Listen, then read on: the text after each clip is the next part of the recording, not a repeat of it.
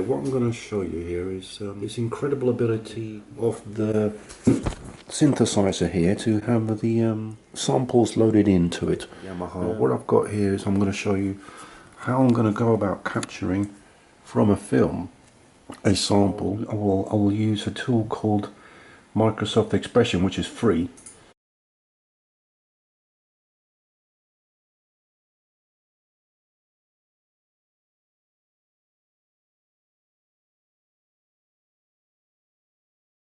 Windows, and that can capture the screen, and from that screen capture you can take the sound out.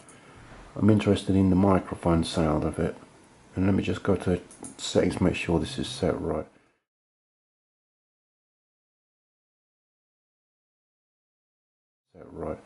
I don't really need to capture the screen, so I'm going to set it to just 5 frames. Bitrate and quality.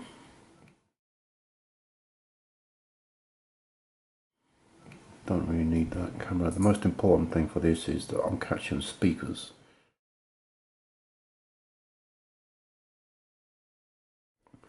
Right, so what I'm actually trying to capture is the actor of this film. What the end result will be to put it in the synthesizer. So I'm going to actually put it into a pattern and make it part of the song. So it'll be like section A, something like that.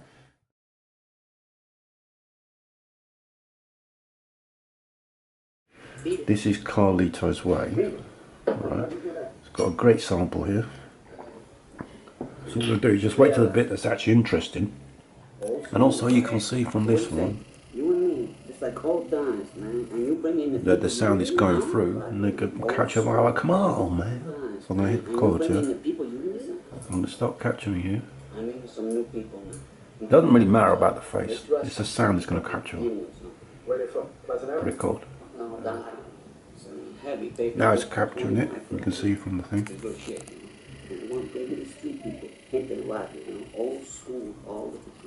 What do you say? You and me, it's like old times, man. And you bring in the people you need, huh? I don't know, man. Told you that. I ain't connected no more. Oh, come on, man. So what we're doing now is just forget about this guy, because we're not trying to get into legal things here.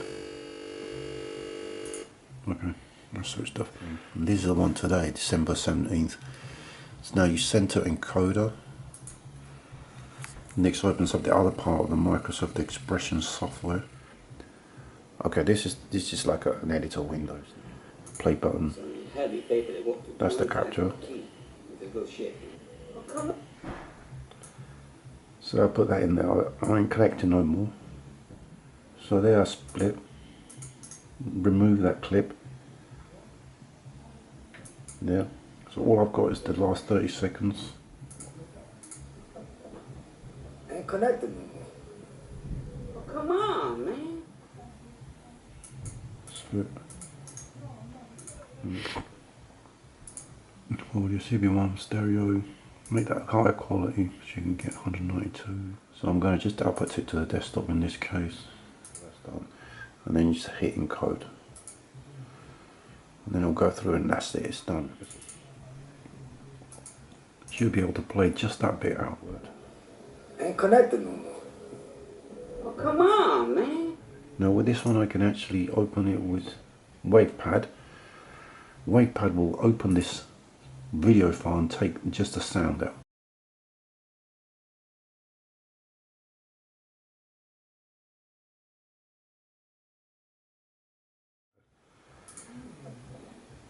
Ain't connected no more. Oh, come on, man. So that's my sound I'm interested in. Trim start and end. Very easy to use the software. Yeah, you can see quite clearly you've got to use, that's just a USB slot. I would push that key in there and it would recognise it. So all I'm going to do first is just format it. Start. Very easy. I'm obviously going to go with something more meaningful. Oh come on man, something like that. Man, quite important. Oh come on man, don't wave. Save. Okay. Just standard Windows stuff, eject, store and go.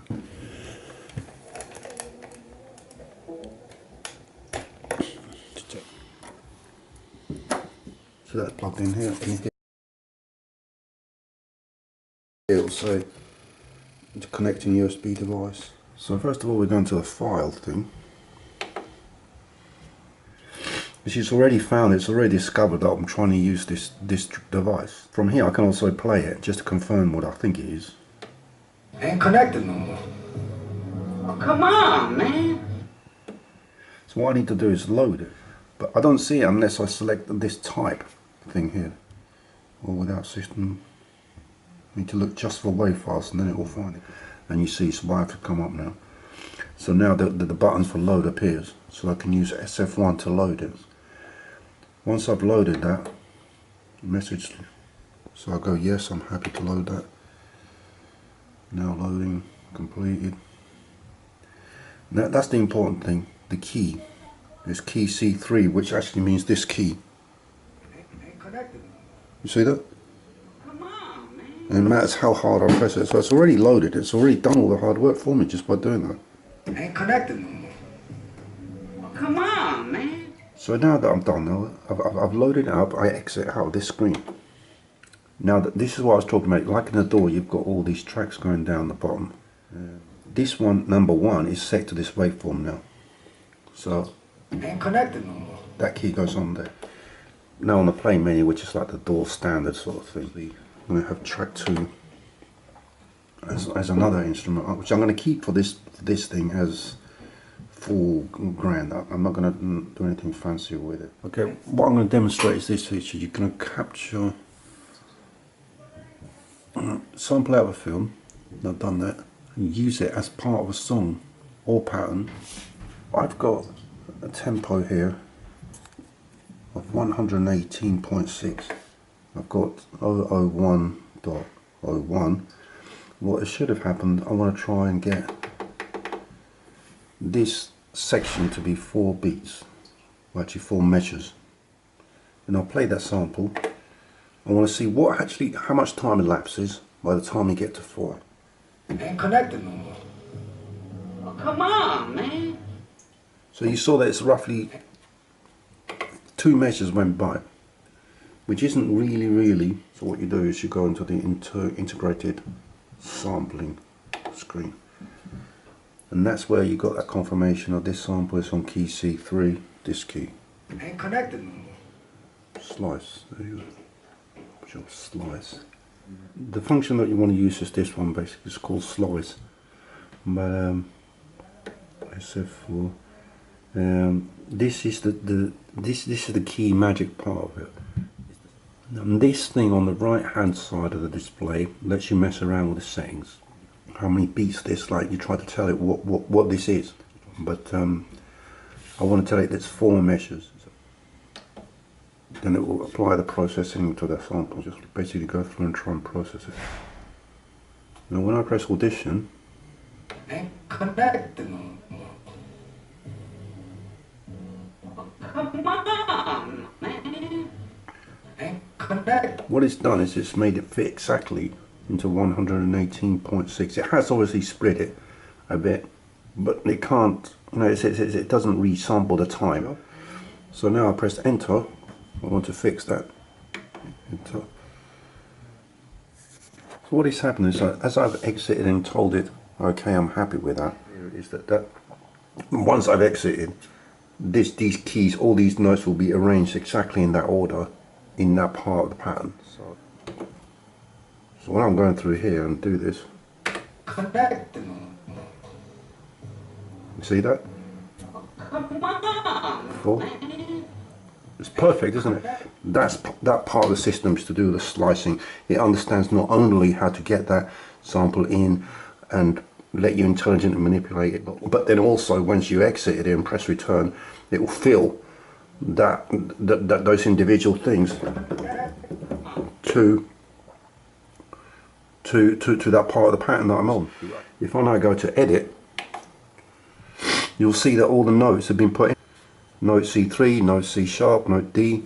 You see all of them are put in exactly the right timings. I can even go like down the notes. Ain't connected. Come on. Measure 1, play. Ain't connected. Come on, man. I know it's not brilliant, but it's a start. That's section A. Now I can go section B and start writing my section B. Okay, so I'm going to now start my song, which I will do using, obviously, the song. And what's important to realise this is something that is going to go in the same beat that I was actually trying to keep. I've got my part first, part A, which would Come on, man. Ain't connecting. So that's my section A. I'm going to go to section B, and then I'm going to go for some beats. I'm just going to have a drum and bass, a drum beat in this part, because this is section B, because these buttons light up to tell you what you're working on, which is quite useful. You can just about see that these are my section buttons, and the ones at the top also give the it can be the further sections, A to B, C, etc., and then the higher ones on the next row above, so I to P. This is how you work on the pattern mode. So my B is going to be the beats that I want to add to it, and some perhaps a bit of better melody. My A is that, oh come on man. So that's how it's going to be. That's how I'm building my song. A is, oh come on man, and B is going to be some beat. Say these could be large or they could be small. This A is a very small one. I'm going to have B as a 16-bit one, 16 measure one. Sorry, the bottom thing tells me what track I'm on at the moment. I'm going to adjust it to be 16 measures. And I'm literally just going to create a drum pattern. Giving it, and I'm setting it to auto start. So I'll kick it again.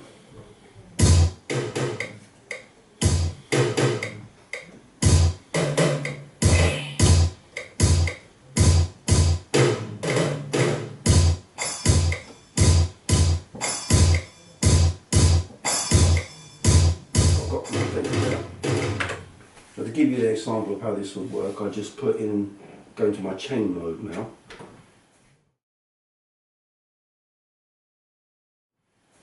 And then I tell the synthesizer how I want these sections to be organised. So I go to begin, it's the same as recording a song, rewind to the beginning, start with section A, hit the record button, and play. Ain't connecting. 3, and 4, Come on, man. and B.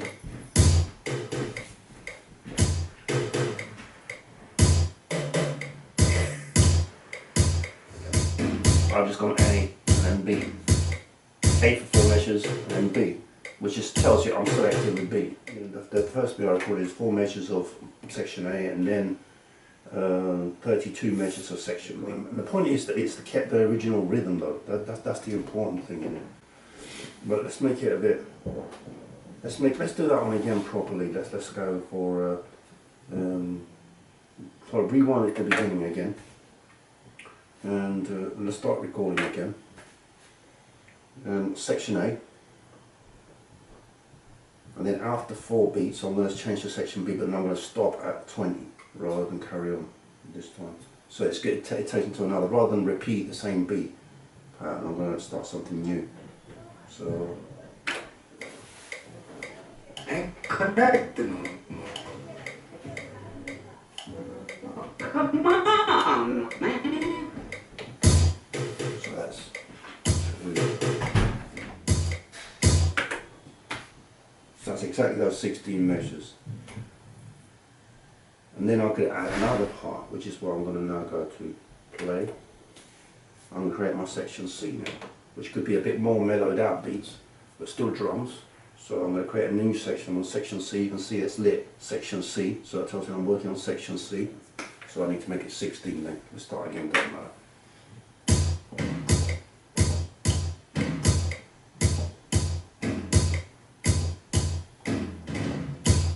Perfect. So that's the chord of the C now. So I need to go over that. If I go over that, it will add. I don't want it to do that, so just 16 measures, that's fine.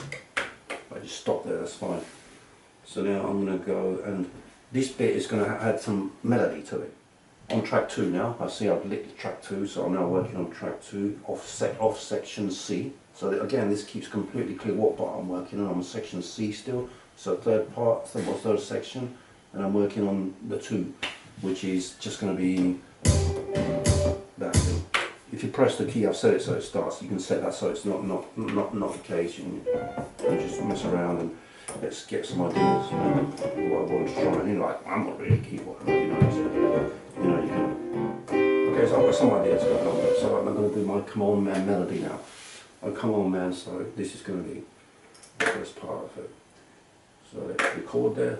When you hit the record button, it's ready. I'm going to set it to the, it kicks in with my keyboard sound, which is another, with my keyboard playing. So, okay, this is now blah, blah, Come On Man. And this is the second part, so it's going to be like, let's try that bit again. So I think that was a bit, you know, so it's Come On Man. So here we go with the second, well, third section. So this could be anything. I mean, I've made it piano, but obviously it's loads of sounds. So now I'm going back to my sequence, my chain thing, which is F5. And I'm going to add a bit to it. And then I'm going to start with 21. And I'm going to make that C. So I'm going to hit record. And I'm going to go for another 16 with that one. So that's...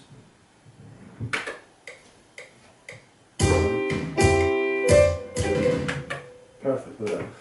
So that's recorded all of that pattern. It was number A, 4 measures, B, 16 measures, and C. And it's lit up to tell me that I was working on C last. And I was working on track 2 last as well. I'm on the chain section at the moment. Now I'm just going to actually play that chain back to hear it to see if it works out. I thought it was.